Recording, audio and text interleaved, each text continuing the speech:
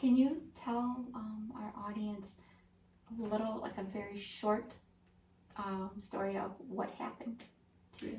Short. Yeah. Short and sweet. As short as you could take it. Because we're talking about, you know, your ex trying to kill you. Yeah. And we haven't really spoken about that yet. Yeah. So just give them a little idea of what happened. Okay.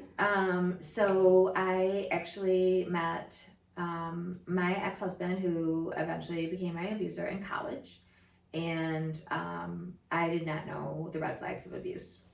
Growing up, no one taught me. So I ended up in a relationship with someone who ended up being very emotionally abusive and later physically abusive.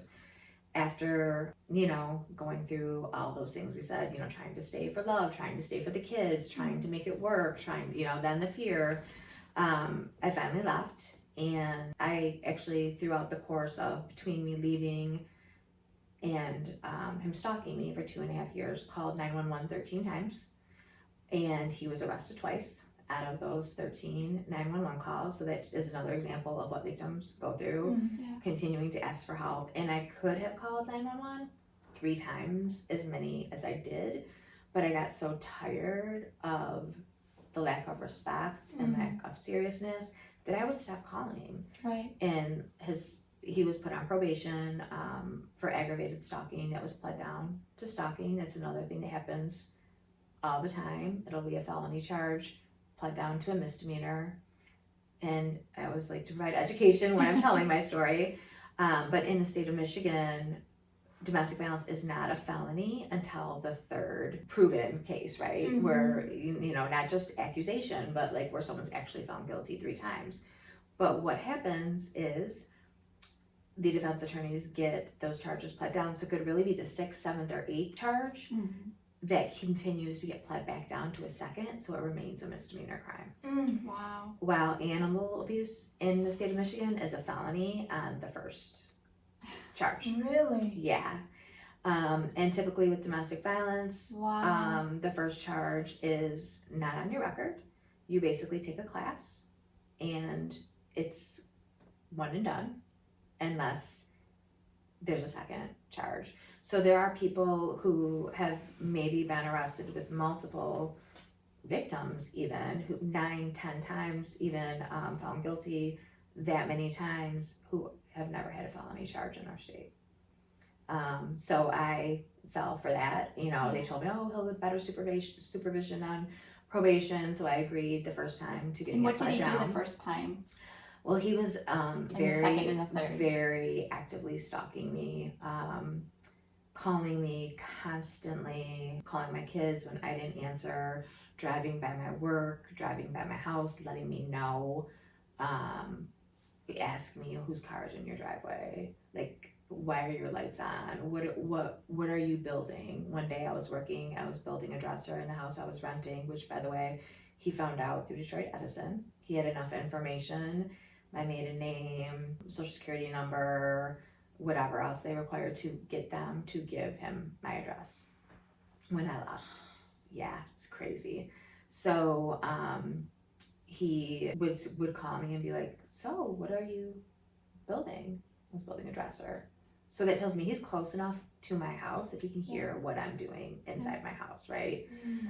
He'd show up at my house unannounced. He would play games like with drop-offs. He wasn't supposed to be in my proximity, and he'd call and be like, hey, I'm in your driveway with the kids. So he would threaten, to kill me in every way imaginable once he had me on the phone too. So, I even had recordings because I learned to record phone calls so I could get him saying he was going to be hiding in my house and I wouldn't know when he was going to slit my throat, and I'd call the police, they'd listen to the recording, no new charges. That was such a common thing. Wow. So that went on, for 2.5 years with some arrests in between, but he'd get right back out. And the charge that kept him in the longest, he actually tried running me off the road, and he was arrested. Or he wasn't arrested, I'm sorry, they could not find him, and he was on the run for 5 days. And by this point in time, the prosecutor's office was kind of done. And so they issued a SWAT team to go looking for him. SWAT couldn't find him, and then they authorized U.S. Marshals, who ended up finding him out in Dearborn. Considering all that, when we went to court, the judge was going to release him on a Cobb's agreement, which with no one speaking to me, no one asking me. So essentially, they were going to set him free on time served. So he'd been in it for maybe 40 days. And I was like, there's no way. Like, how is this possible? He's been arrested now. At this point, domestic violence, aggravated stalking pled down, aggravated stalking second offense. Like, what's it gonna take? Right. And so my victim advocate and the prosecutor said, you need to make a victim impact statement in court. And by that point in time, I was angry because people kept letting me down. And I'm like, okay, I gotta do this myself. Yeah. Like, I have to be the one to take charge. And so I just told the judge, For you. you know, if you let this man out, he is going to kill me. And as, you know, a judge of Washington County, I hope Washington County is prepared to raise my children, because that's what's going to happen. And eventually, and I was lucky that day it was a fully packed courtroom. It was quiet. You could hear a pin drop because everyone was like, holy shit. I can swear on here, right? Oh yeah. Okay. Yes. And you could just feel the air. And because like people were like, well, she's talking to the judge like this? But I was done. Mm-hmm. And so the judge gave my ex-husband an opportunity to speak, and he started with the, I still love her. And the judge cut him off once, and he went right back at it. And the judge said, the Cobb's agreement's off the plate, sentencing on such and such date. So had I not spoken up that day, he would have been released that day. But because I spoke up and stood up for myself, which is so hard to do as a victim, it's so hard for victims, but I always encourage them to do it, because it can be your only chance, right? Because that was my Could be only life or chance. death. Yeah, it could be life or death. Make it the next day. Exactly. And afterwards, like, people came out into the hallway and they were like, oh my gosh, like, it was amazing. Like, you had so much courage doing that and saying that, and how horrible it was that I had to do that. Mhm. That it had come to that point, you were gonna let him out again. But that's when he was sentenced to 15 months to 5 years. Within the first 12 months, he attempted to hire the first person to kill me. And because that person wanted a deal and wouldn't testify without a deal, no new charges were issued against him. And then at 15 months, he was approved for parole. And What year was this whenever he was first sentenced? so he was first sentenced in 2012. Okay. 2012, and because I left in 2010. So it was 2012 where he was first sentenced, and he did the first attempt to hire. And that inmate, as you guys heard today, passed a polygraph, was going to kill me, but realized that maybe he was getting set up, so, you know, came forward. But at that 15-month point, he was set. So he was going to get released. And luckily, the day he was moved to Detroit Reentry Center, so they move you down to a step down because he refused to participate in any of the domestic violence anger management classes in prison, but was still approved for parole. And remember the part where I said he tried to hire someone to kill me, and was still approved for parole. After 15 months. After 15 months. 2 inmates at Jackson Prison, as soon as they moved him to Detroit Reentry, came forward with written statements saying he's gonna hire someone, he's saying he's gonna kill her in front of the kids, torture her, and we haven't gotten to the next part yet, but essentially on his way from Jackson to the Detroit Reentry Center, he attempted to hire 2 more people to kill me on the bus, and they came forward at the Detroit Reentry Center. And that's when, you know, and every time I'm notified, you know, by phone, by the police, state police usually, because they are the ones that take over. And they had a plan. They were going to wire those 2 guys. And I'm like, okay, we're going to get them this time. Like, they didn't get them last time. Like, we're going to get a new charge, finally.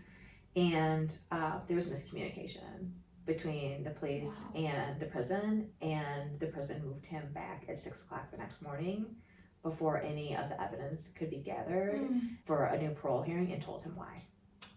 So there were no new charges. Oh my goodness. And then from that point, so as a victim, a lot of people don't know, every year there's basically a parole hearing. And as a victim, you have to go and fight and plead your cause why the person should not be released.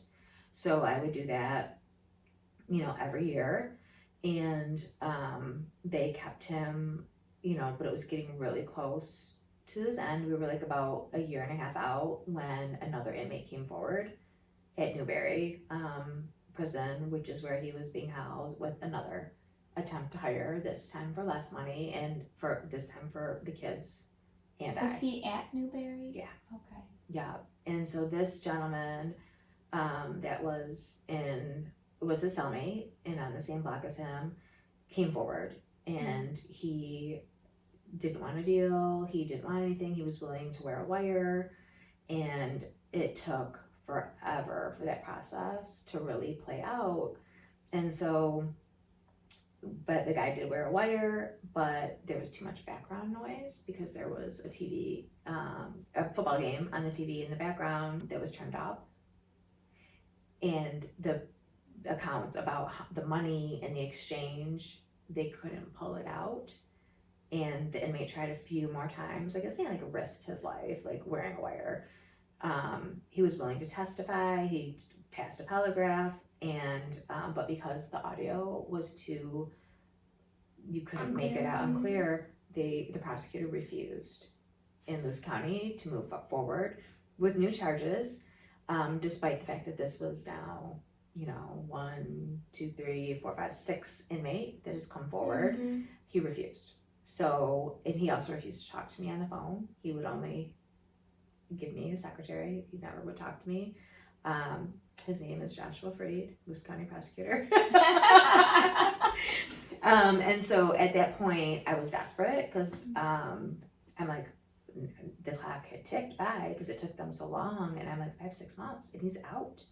Like, what am I going to do? So I'm looking at relocation, and I learned, never thought about this. If you change your name and your social security number, you lose your college education. You lose all of your job history. So getting a job in my field, out of the question. Yeah. Out of the question. And I'm like, I never even, had thought about that. I'm just thinking, I can hold all that stuff. Can't hold on to any of it. You're a new person with no history of anything. So I'm like, part of me is like, okay, we just need, literally went on a road trip to look at different places that I could potentially relocate. But at the back of my mind, I'm like, this is bullshit. I'm fighting this. And I was lucky enough to be connected with a writer at the Detroit Free Press who, again, she was like, when she first heard my story, was thinking this is unbelievable. But when I sat down with her and showed her all the documents, the police reports, because that was another thing I got really good at, was making sure I got copies of every police report as quickly as possible. So I had it for my records, and she just was like, this is mind-blowing. And she talked to her editor, and they ran my story front page on a Sunday. Wow. So it was literally a 4-page article, and she talked about her name as Christian Jordan Jamis, and she's amazing. And because she went deeper, she told my story, but also told about all the flaws in the system and how victims are missed and re-abused and all of the things. And because of that story really blowing up, and my friends started to GoFundMe for us to relocate, people from all over the United States started reaching out and saying what can we do to help? And I'm like, send an email to Bill Schuette, the AG, send, post on his Facebook page. Basically, I know that man was so tired of hearing Nicole Beverly by the end of this, and I kept calling his victim advocates, and saying what's happening? And they finally called me in for that meeting and agreed to take my case. And in the meantime, I got reached out to by Chris Como, his team, to do an episode of Inside Evil with Chris Como, because they were looking for people who were actively in the midst of struggle to tell their real life story. And I was like, oh my God, I'm already so stressed. Yeah. I know I'm going to be going to court in 3 counties. And the reason for that is they were able to charge him once the AG said yes They called me and said, we're going to take your case. After they met with me, I was like, you know, I had hope, but they were able to charge him in the county I worked in the county I lived in, and in Jackson County, where he made the first attempts to hire people to kill me. So we had 3 counties, and I'm like, God, can I do this? Like, I'm already going to be stressed. I'm working full time. I have 2 kids. And then I was like, you know what? No.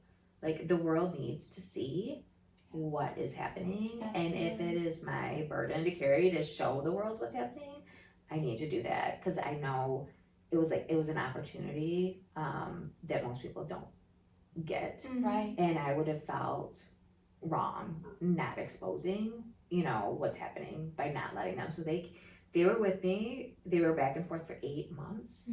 So every time we had a court date, trial, they did interviews at my house, they were with me on the way to court, on the way back from court.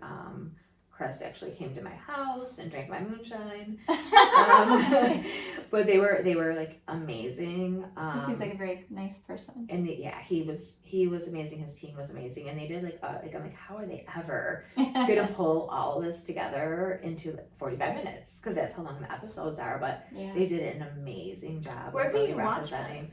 episode? So it's still airing in like different places. It was originally on HLN. Okay. I do have a video link that I can share with you guys on my YouTube Okay. to like the episode, and it's funny because that aired in 2018 originally, but it's just now airing overseas. Oh, Wow. really? So I That's get great. reached out to all the time from people like in France, in Germany, Sweden, like who have just, you know, seen it, like saying like, oh my gosh, like thank you for sharing your story. So I've been connected with people now all over That's the awesome. world, and everyone is saying it's the same.